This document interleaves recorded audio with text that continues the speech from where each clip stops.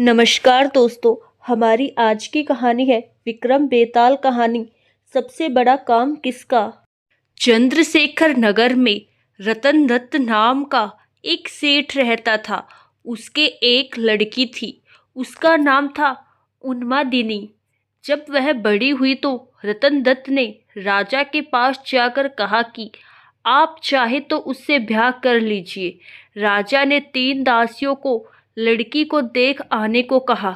उन्होंने उन्मादिनी को देखा तो उसके रूप पर मुग्ध हो गई, लेकिन उन्होंने यह सोचकर कि राजा उसके वश में हो जाएगा, आकर कह दिया कि वह तो कुलक्षणी है। राजा ने सेठ से इनकार कर दिया। इसके बाद सेठ ने राजा के सेनापति बलभद्र से उसका विवाह कर दिया। वे दोनों अच्छी तरह से रहने लगे। एक दिन राजा की सवारी उस रास्ते से निकली। उस समय उन्मादिनी अपने कोठे पर खड़ी थी। राजा की उस पर निगाह पड़ी तो वह उस पर मोहित हो गया। उसने पता लगाया, मालूम हुआ कि वह सेठ की लड़की है। राजा ने सोचा कि हो न हो, जिन दासियों को मैंने देखने भेजा था उन्होंने छल किया है। राजा ने उन्हें बुलाया तो उन्होंने आकर सारी बात सच सच कह दी। इतने में सेनापति वहां आ गया। उसे राजा की बेचैनी मालूम हुई। उसने कहा, स्वामी, उन्मादिनी को आप ले लीजिए। राजा ने गुस्सा होकर कहा, क्या मैं अधर्मी हूँ जो पराई स्त्री को ले लूं।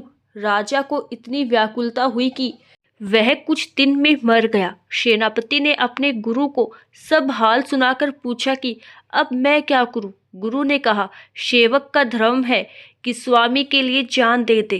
राजा की चिता तैयार हुई। सेनापति वहां गया और उसमें कूद पड़ा।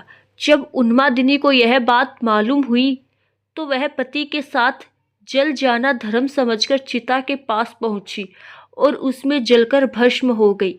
इतना कहकर बेताल ने पूछा, राजन बताओ, सेनापति और राजा में कौन अधिक साहसी था। राजा ने कहा, राजा अधिक साहसी था, क्योंकि उसने राजधर्म पर दृढ़ रहने के लिए उन्मादिनी को उसके पति के कहने पर भी स्वीकार नहीं किया और अपने प्राणों को त्याग दिया। सेनापति कुलीन सेवक का था। अपने स्वामी की भलाई में उसका प्राण देना अचरज की बात नहीं। असली काम तो राजा ने किया कि प्राण छोड़कर भी राजधर्म नहीं छोड़ा। राजा का यह उत्तर सुनकर बेताल फिर पेड़ पर जा लटका। राजा उसे पुनः पकड़कर लाया और तब उसने अगली कहानी सुनाई। धन्यवाद।